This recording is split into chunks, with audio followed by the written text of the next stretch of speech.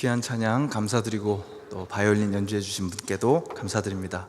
우리 하베 찬양단의 귀한 찬양에도 감사드리고 특별히 오늘 우리가 사역 박람회가 있는 날이거든요. 그래서 밖에서는 어른들이 그 1부, 2부 예배 참석하시는 분들이 어떤 사역이 자기에게 맞을까 이렇게 돌아보는 그런 시간이 있는데 저희 청년부는 따로 하지 못하는데요. 제가 오늘 하베 찬양단의 남자 키보드 주자가 딱 버티고 있는 것을 보고 엄청 감동했습니다. 새 가족이고 또 남자인데 우리 키보드 맡아서 이렇게 함께 연주하게 됐는데 큰 감동이 있었고 또 음향, 영상으로 수고해 주신 분들께 다시 한번 감사드립니다.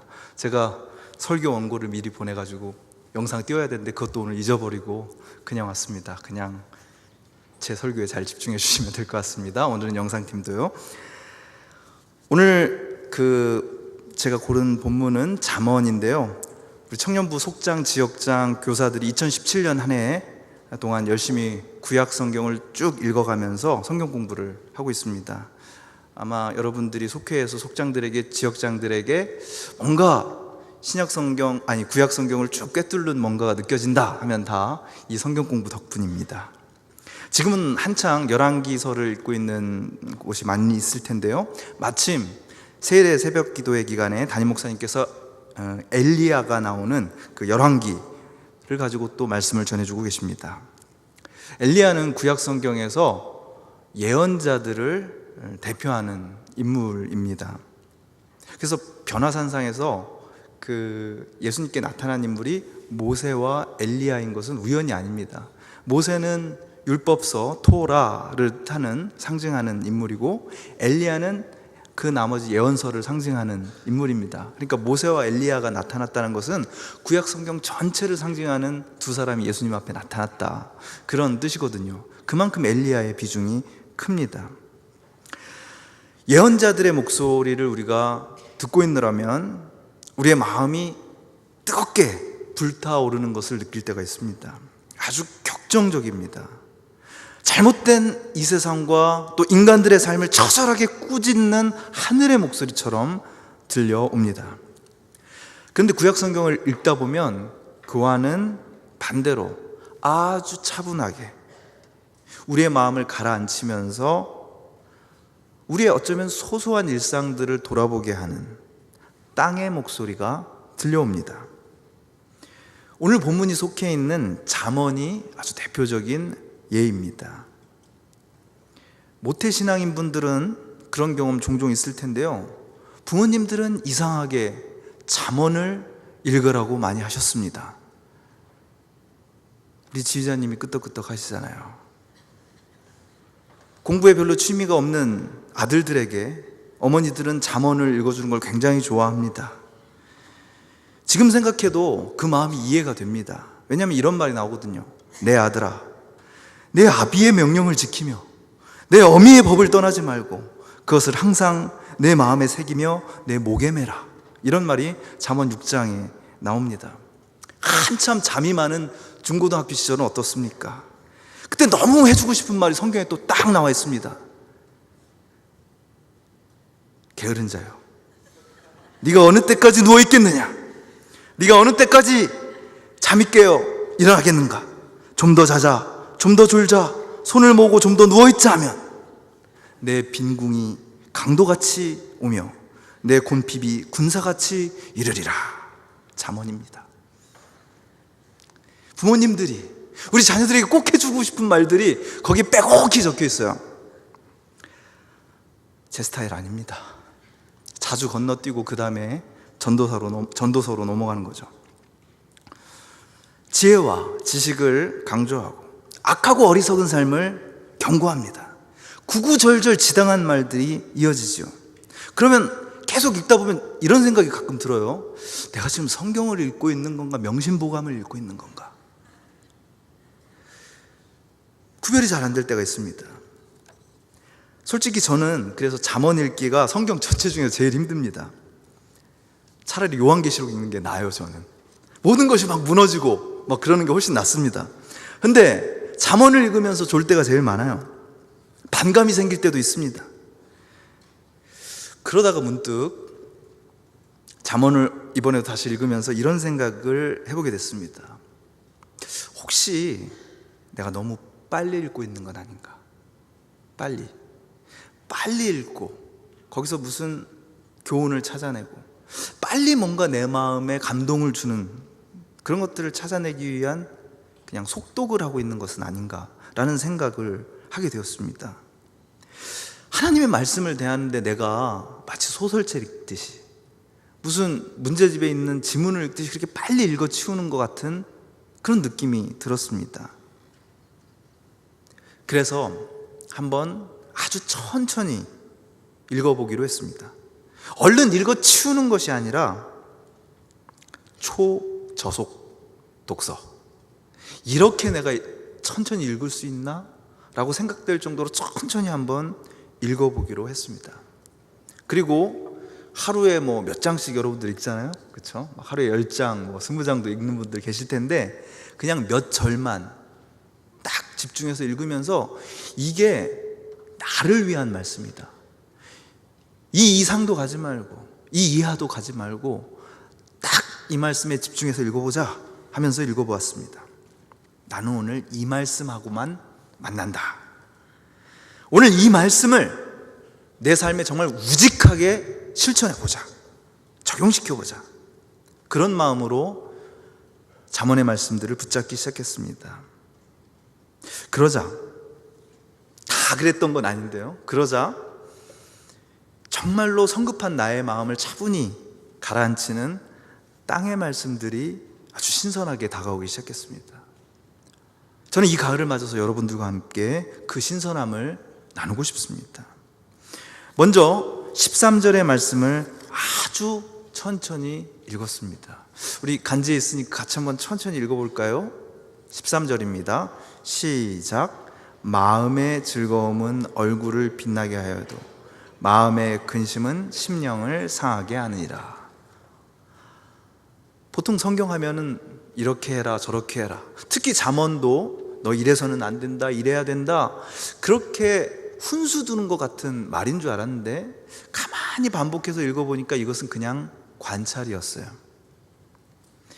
이 말씀은 마음과 얼굴의 관계, 혹은 마음과 심령의 관계, 영혼의 관계를 다루고 있습니다.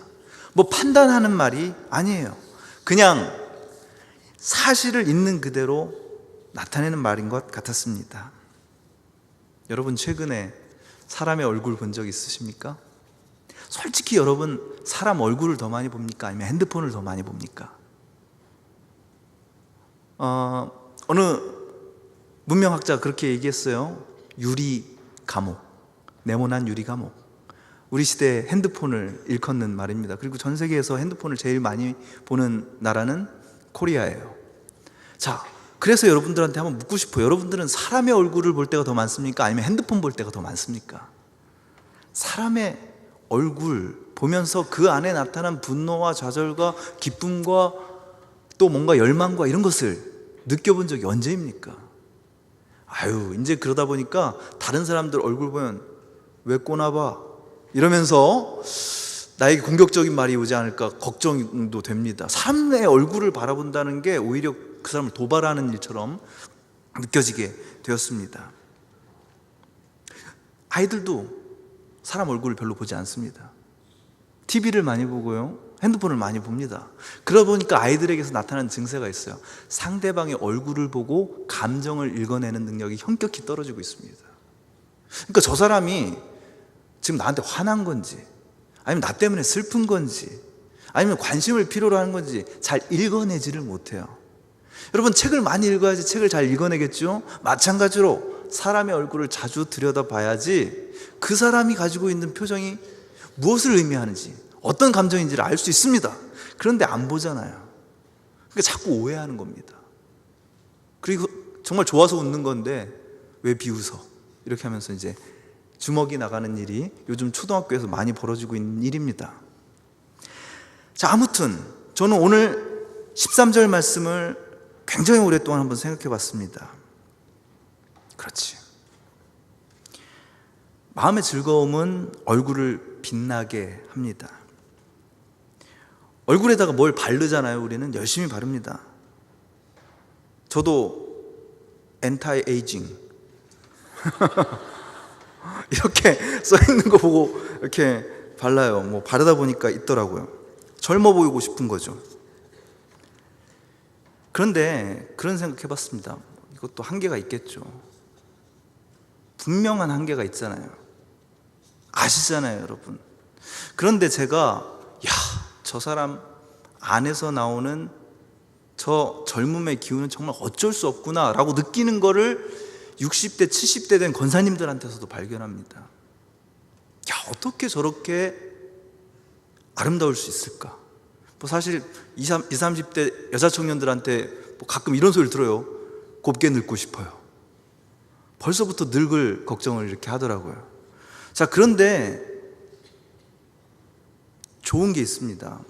제가 보니까 마음속의 기쁨을 얼굴로 드러낼 줄 아는 사람, 잘 드러낼 줄 아는 사람을 이길 수가 없어요.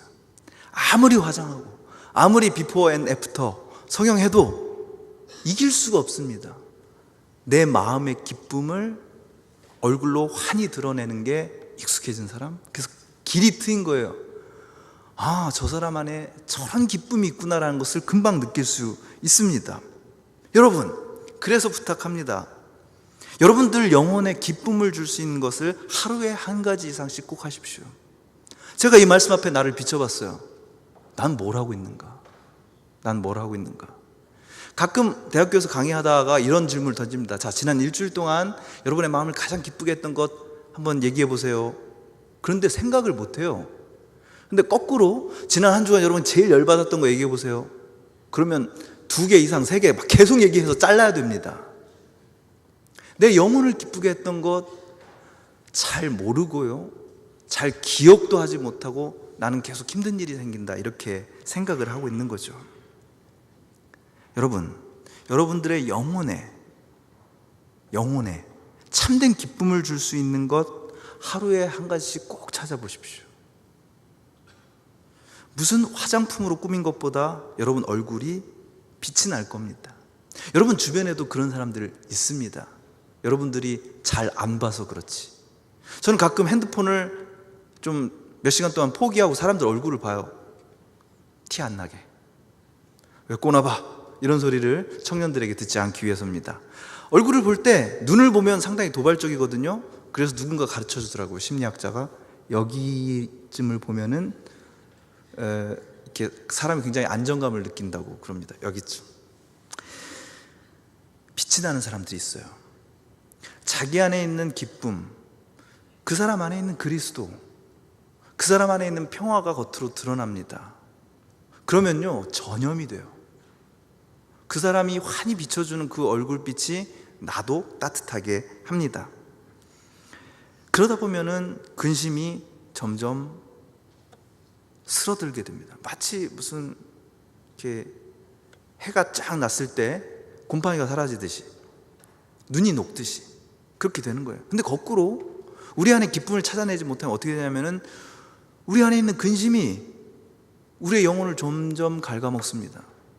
불안은 영혼을 잠식한다. 유명한 영화 제목입니다. 갉아먹어요. 조금씩.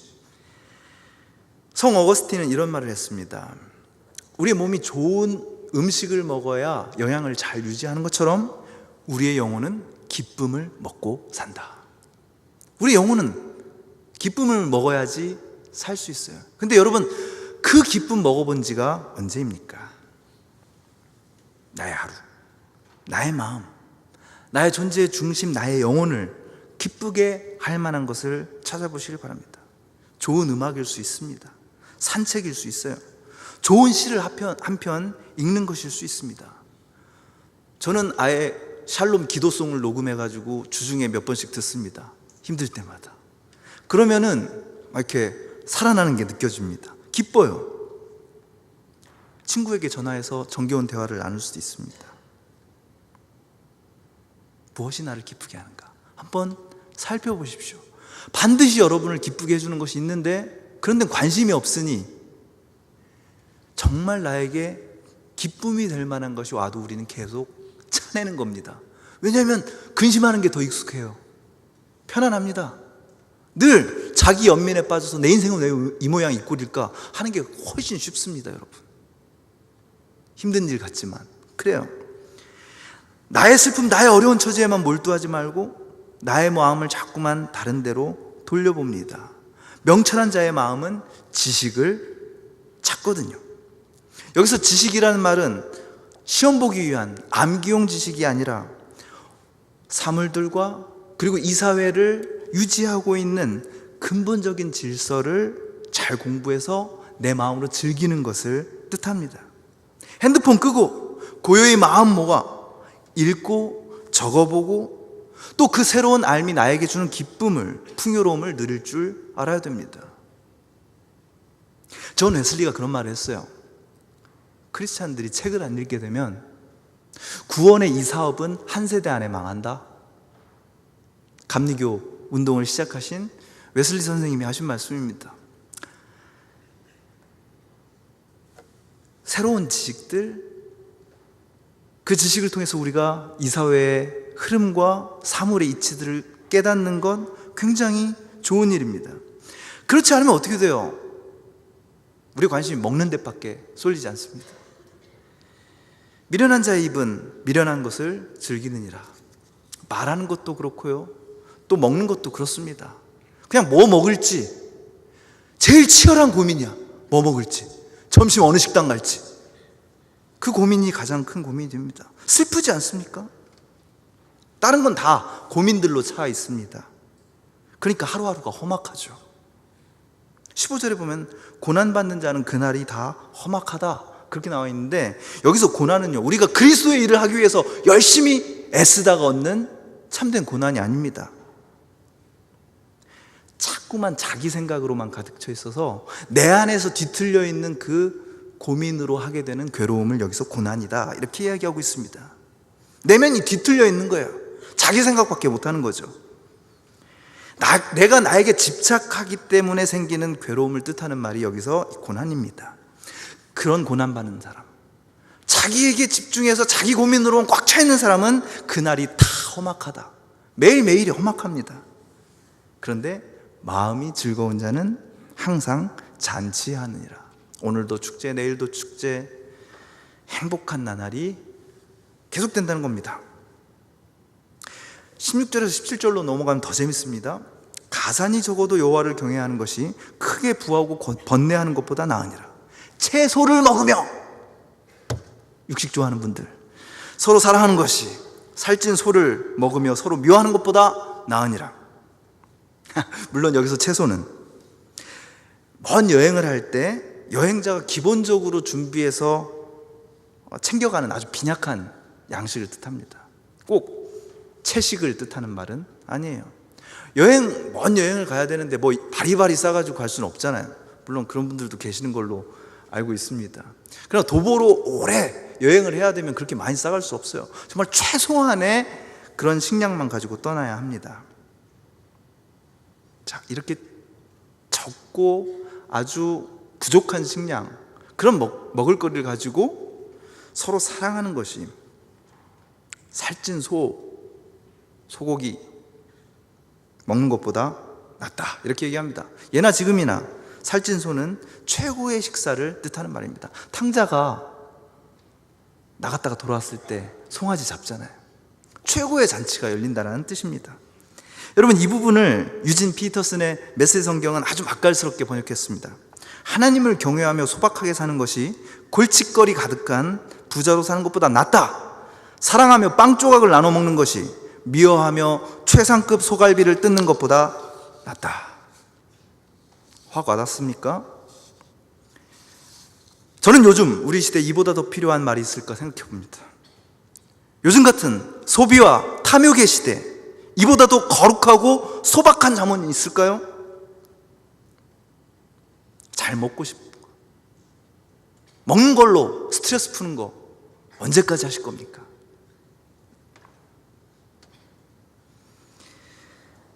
적게 먹지만 더 적게 먹어보면서 결심해 보는 거예요.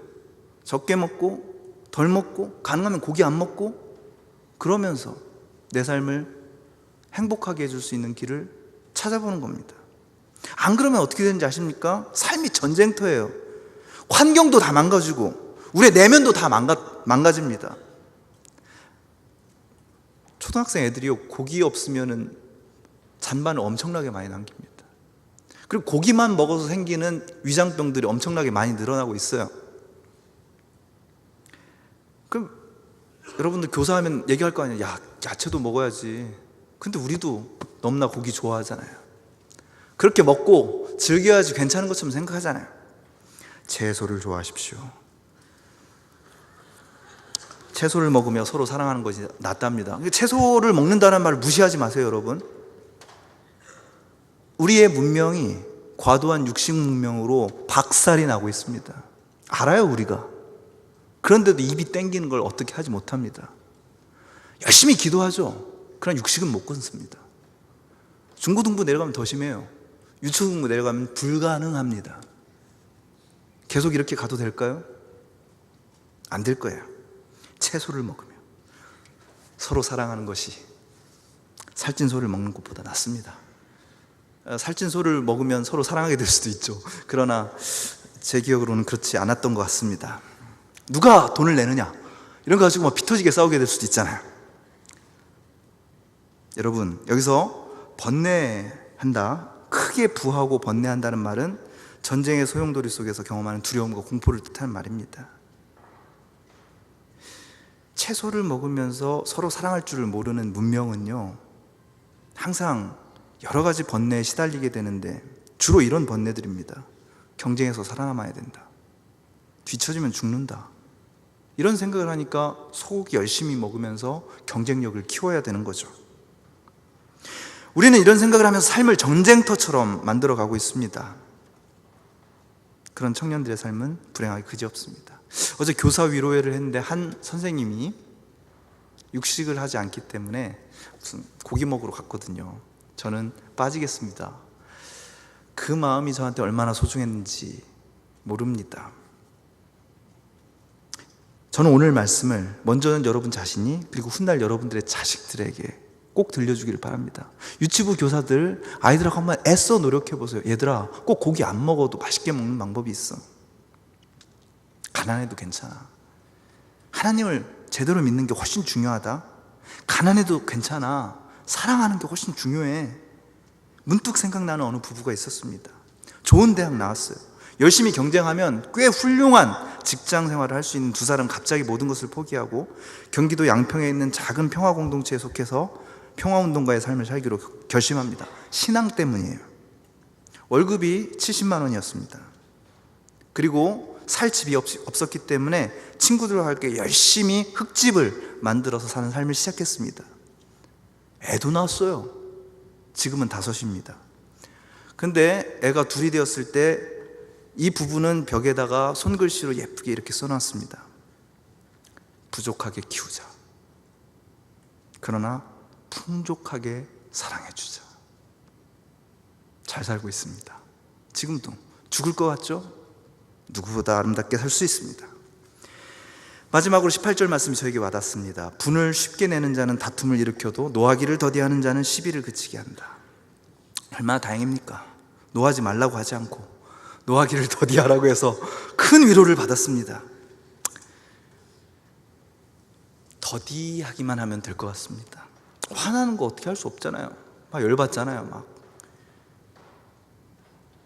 잘못된 것 보고, 불의한 것 보고 분노하지 말라는 것 아닙니다. 이 말씀을 자꾸 그런 식으로 오해하는 사람들도 있어요.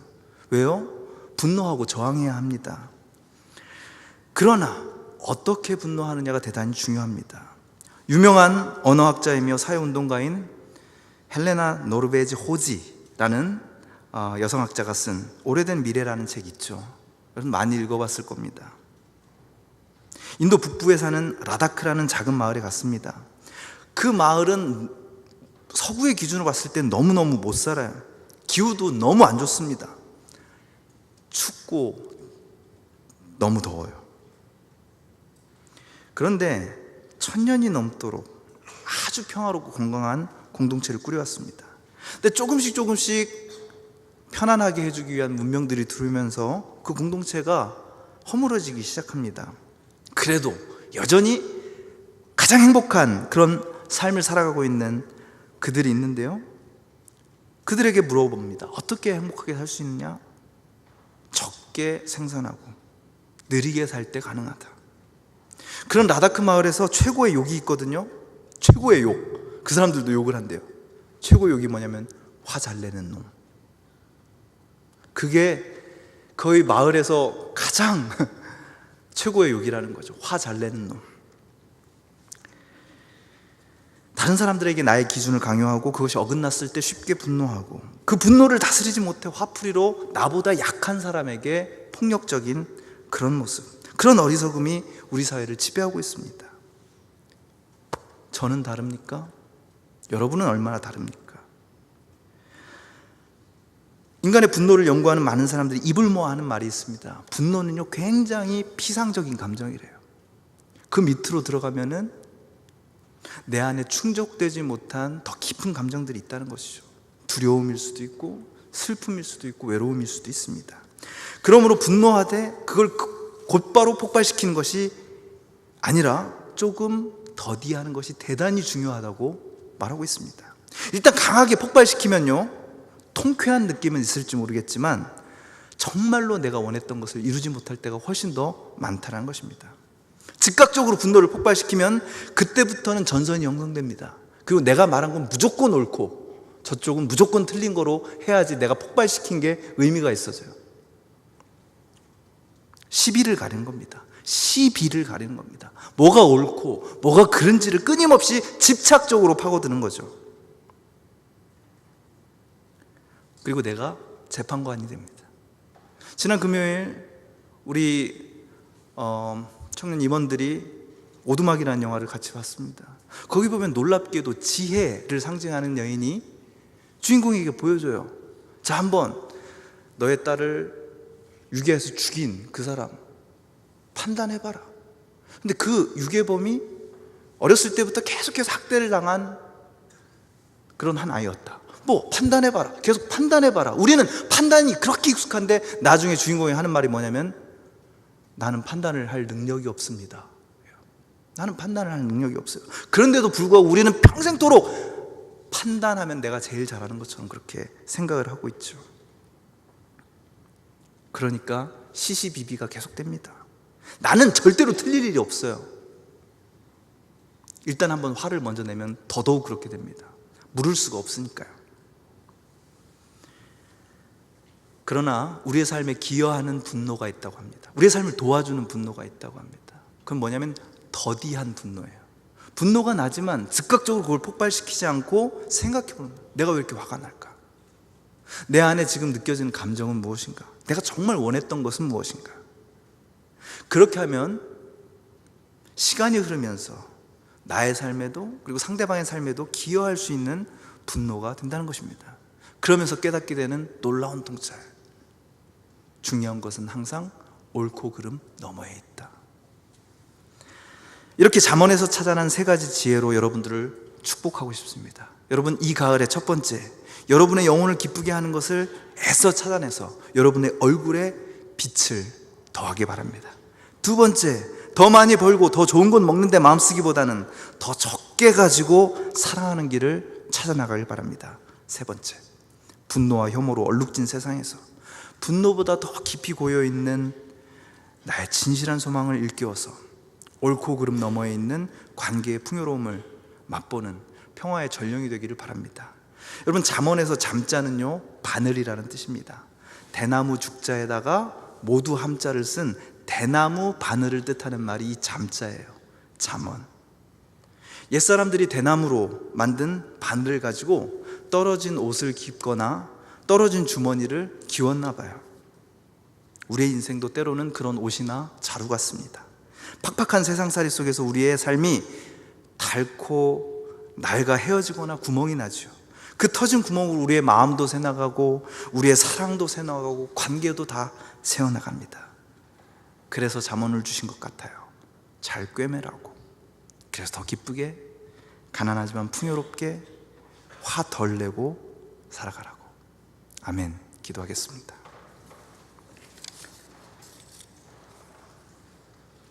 하나님, 저에게 구약 39권 중에서 그 귀한 잠언의 말씀 허락하여 주셨으니 감사합니다. 너무너무 지당한 말씀이지만 지당하기 때문에 오히려 삐딱하게 받아들이고 반항했던 우리 안의 내면도 있습니다. 그래서 주님께 간절히 구합니다. 하나님께서 우리에게 주신 말씀 우리가 허투루 받지 않도록 도와주시고 한 말씀 한 말씀 귀하게 받아들여 우리의 삶을 변화시킬 수 있도록 인도하여 주시옵소서. 우리의 삶을 분노로부터 자유롭게 해주시고 우리 안에 있는 크고 작은 기쁨들이 마치 폭죽처럼 터져 올라서 우리의 얼굴과 우리 주변에 있는 이웃들의 삶을 행복하게 해주는 삶이 되게 인도하여 주시옵소서. 예수 그리스도의 이름으로 간절히 기도드리옵나이다. 아멘.